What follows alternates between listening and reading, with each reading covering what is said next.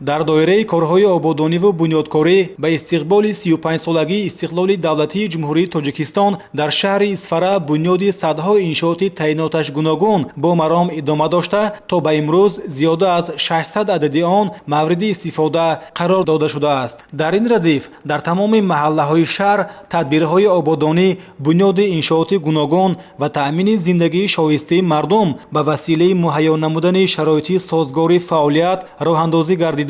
боиси қаноатмандист ки бо нишони дастгирии сиёсати дурусти ҳукумати ҷумҳурии Тоҷикистон ва эътимоди қавӣ ба фардои неки ватани маҳбуб дар раванди умури бунёдкориву созандагӣ ва маъракаи ободонӣ, сокинон ва соҳибкорони саховатпешаи диёр мавқеи пешсафиро ихтиёр намуданд. аз ҷумла аҳли маҳаллаи мулдони шаҳр ки дар он беш аз 300 хоҷагӣ дар фазои ваҳдату ҳамгироӣ зиндагӣ мекунанд, аз иқдомоти созандаи давлату ҳукумати мамлакат истиқболи гарм намуда, бо ҳамраҳии дастҷамъона маҳалли зисти хешро ободу мунаввар менамоянд. бо баробари созандагию ободонӣ дар муассисаҳои маорифу тандурустӣ, сокинони маҳалла аҳлонаю тариқи ҳашар кӯчаву роҳҳоро ободу зебо намуда истоданд.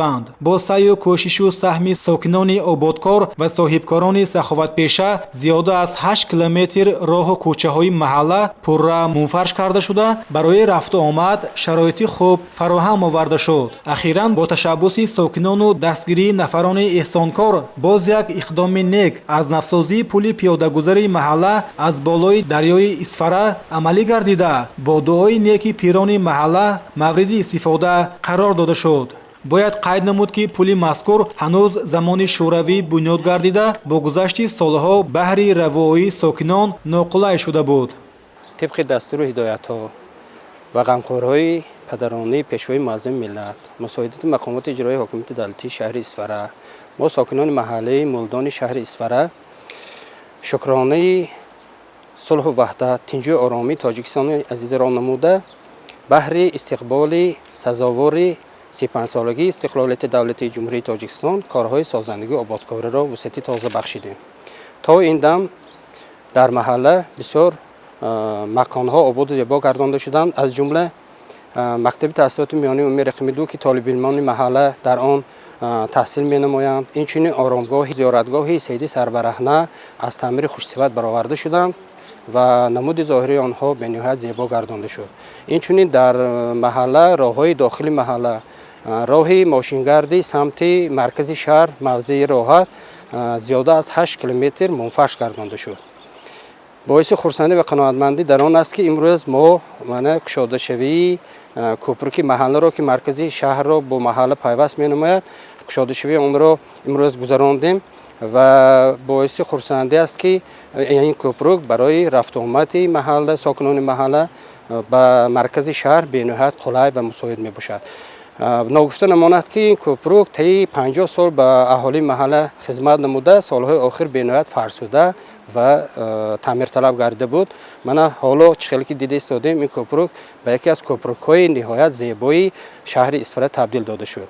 бояд қайд намуд ки баъд аз иштирок дар ҳашарҳои умумӣ ва дидани натиҷаи кори худ, шаҳрвандон, сокинони маҳалла ва саховатмандоне ки ба саҳмгузории камари ҳиммат баста буданд, аз натиҷаи кори худ бениҳоят як рӯҳияи онҳо илҳоми тоза гирифт ва ҳама каса тасмим гирифтем ки боз ин корҳоро идома дода маҳаллаи худро ба яке аз маҳаллаҳои беҳтарини шаҳр табдил диҳем. гуфтан ҷоиз аст ки дар корҳои таъмиру барқарорсозии пул устоҳои маҳаллӣ ҷалб гардида, он ба таври муосир ва бо истифода аз масолиҳи хушсифат бо сифати баланд навсозӣ гардидааст.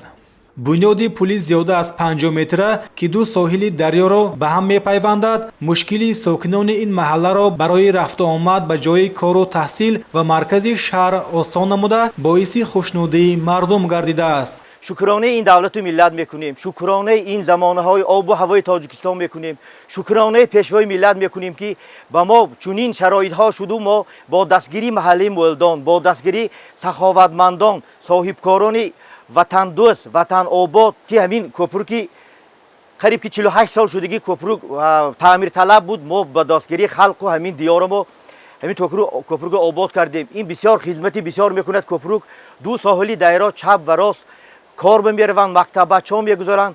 бисёрам иқдоми бузург шуд. воқеан яке аз самтҳои афзалиятноки сиёсати давлати мо роҳандозии бунёдкориҳо, сабукӣ бахшидан ба тарзи ҳаёти мардум, фароҳам овардани шароит ва таъмини зиндагии орому осуда дар маҳаллаҳо мебошад. сокинон иброз доштанд ки минбаъд низ баҳри таъмини иҷрои дастуру ҳидоятҳои пешвои миллат муҳтарам Эмомалӣ Раҳмон аз тамоми имконият истифода мебаранд, то барои обод намудани зодгоҳи худ ва дар маҷмӯъ тамоми Тоҷикистон ҳиссаи назаррас гузоранд. Собир Аюбӣ, шаҳри Исфара, Ахбор.